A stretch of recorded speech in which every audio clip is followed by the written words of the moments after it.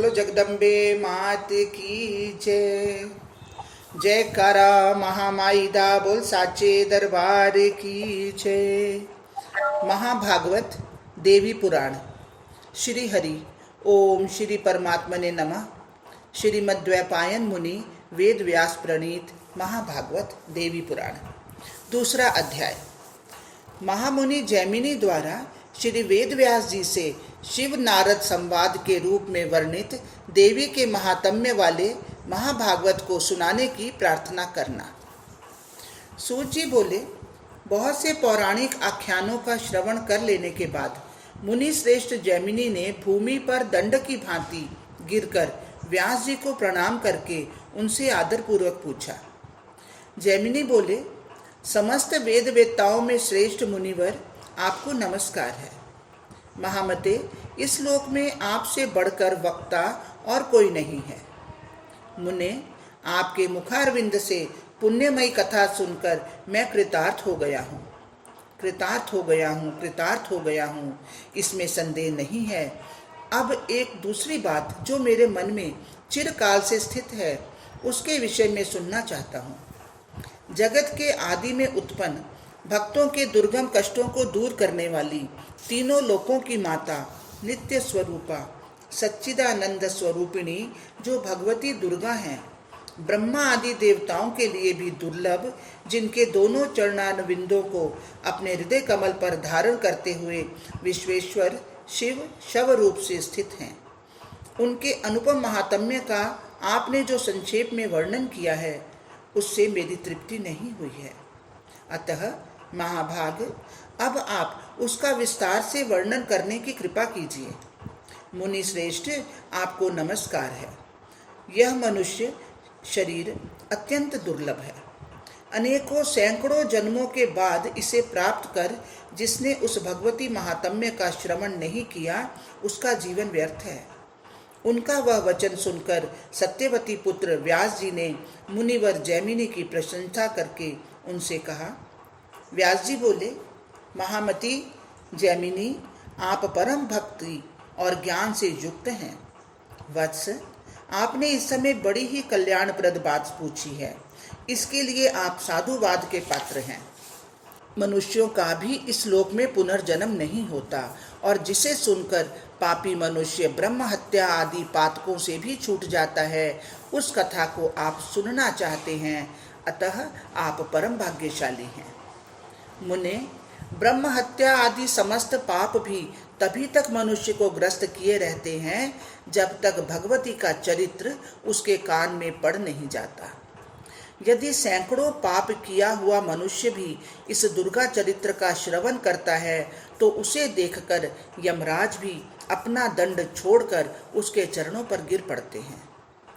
मुने, उन भगवती के अतुलनीय महात्म्य को बता सकने में भला कौन समर्थ है? जिस महात्म्य का अपने 5 मुखों से भगवान शंकर भी वर्णन नहीं कर सके हैं, वाराणसी क्षेत्र में भगवान शिव स्वयं उन भगवती का ही ब्रह्म संज्ञक तारक महामंत्र जो गुरु कृपा से मुझे प्राप्त हुआ उसे तत्परता पूर्वक आकर मुमुक्षु जनों के कान में कहते हुए उन्हें निर्वाण नामक महामोक्ष पद प्रदान करते हैं।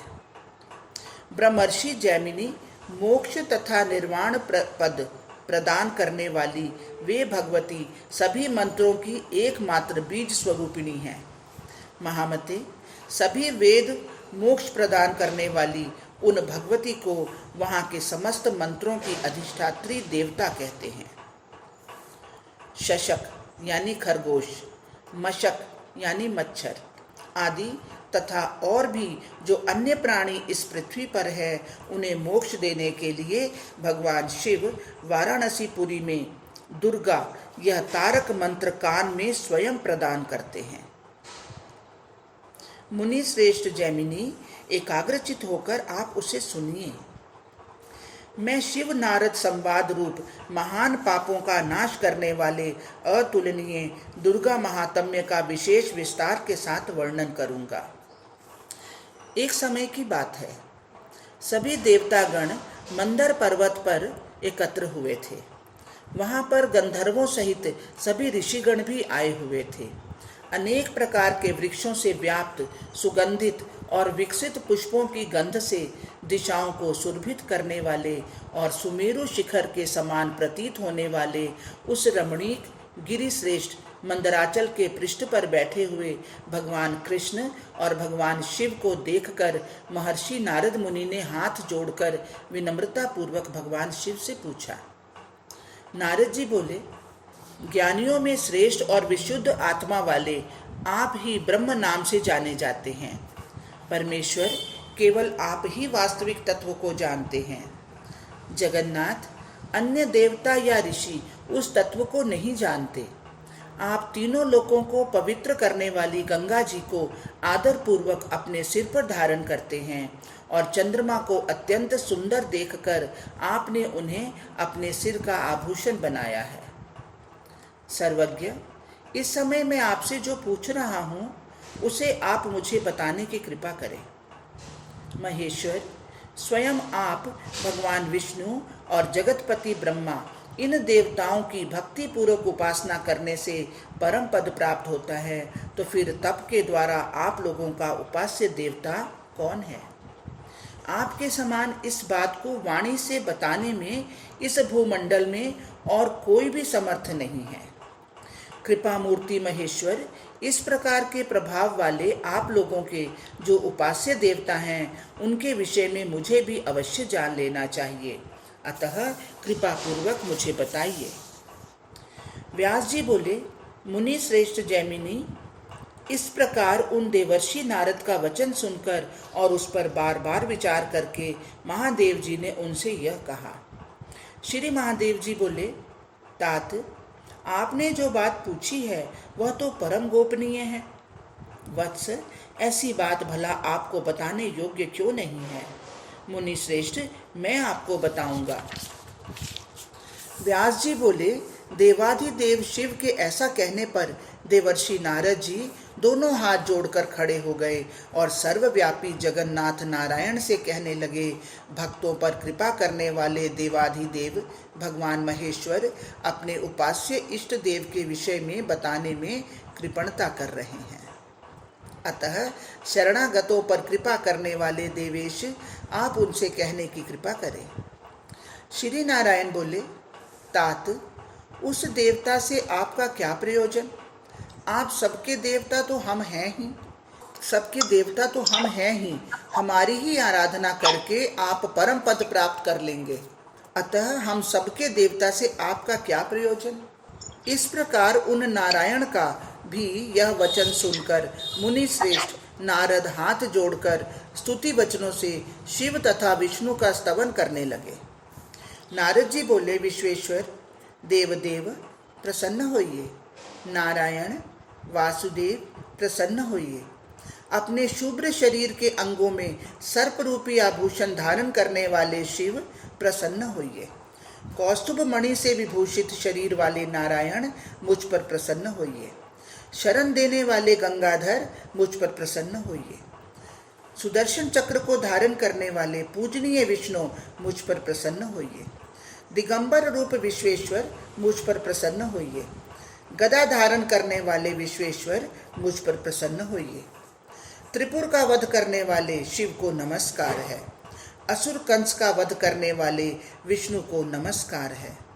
अंधकासुर विनाश करने वाले शिव को नमस्कार है और तृणावर्त का संहार करने वाले विष्णु को नमस्कार है। 5 मुख वाले आप शिव को नमस्कार है। विष्णु को बार बार नमस्कार है। गरुड़ आसन पर विराजमान आप विष्णु को तथा नंदी पर आरूढ़ आप शिव को नमस्कार है। व्यास जी बोले, परम पूज्य उन देवर्षि नारद को इस प्रकार स्तुति करते हुए देखकर महादेव जी की ओर दृष्टि करके भगवान विष्णु ने कहा। विष्णु जी बोले, ये ब्रह्मापुत्र देवर्षि नारद परम भक्त, ज्ञानी एवं विनम्र स्वभाव वाले हैं। आप भक्तवत्सल हैं, इसलिए आपको इन पर अवश्य ही कृपा करनी चाहिए। व्यास जी बोले, भगवान शिव ने भी भगवान विष्णु द्वारा कही हुई बात को सुनकर कहा, आप शरणागतों पर कृपा करने वाले हैं और आपने मेरे लिए अत्यंत कल्याणकारी बात कही है। तत्पश्चात महान ज्ञानी और बुद्धिमान नारद ने कृपा सिंधु देवाधिदेव महादेव से पुनः पूछा। नारद जी बोले, इंद्र आदि समस्त लोकपालों ने आप यानी शिव, विष्णु और जगतपति ब्रह्मा की उपासना करके श्रेष्ठ पद प्राप्त किया है। देवेश, यदि मेरे ऊपर आपका अनुग्रह हो तो आप लोग जिस पूर्ण तथा अविनाशी देवता की आराधना करते हैं उसके विषय में मुझे बताइए। देव, जिसकी कृपा से आपने ऐसा महान ऐश्वर्य प्राप्त किया, उस देवता के विषय में यदि आप मुझे बताते हैं तो मेरे ऊपर यह आपका अनुग्रह होगा। व्यास जी बोले, योगीश्वर मुनिवर, नारद जी द्वारा इस प्रकार प्रार्थना करने पर निर्मलमति भगवान शंकर पहले तो सतत समाधिस्थ हो गए। पुनः भगवती श्री दुर्गा जी के चरण कमल का अपने हृदय में ध्यान करते हुए उन्होंने एकमात्र पूर्ण ब्रह्म जानकर उन्होंने आदर पूर्वक कहना प्रारंभ किया, हरिओम तत्सत, हरिओम तत्सत। इस प्रकार श्री महाभागवत महापुराण के अंतर्गत श्री व्यास जैमिनी संवाद में व्रतोपासना वर्णन नामक दूसरा अध्याय पूर्ण हुआ। बोलो जगदम्बे मात की जय।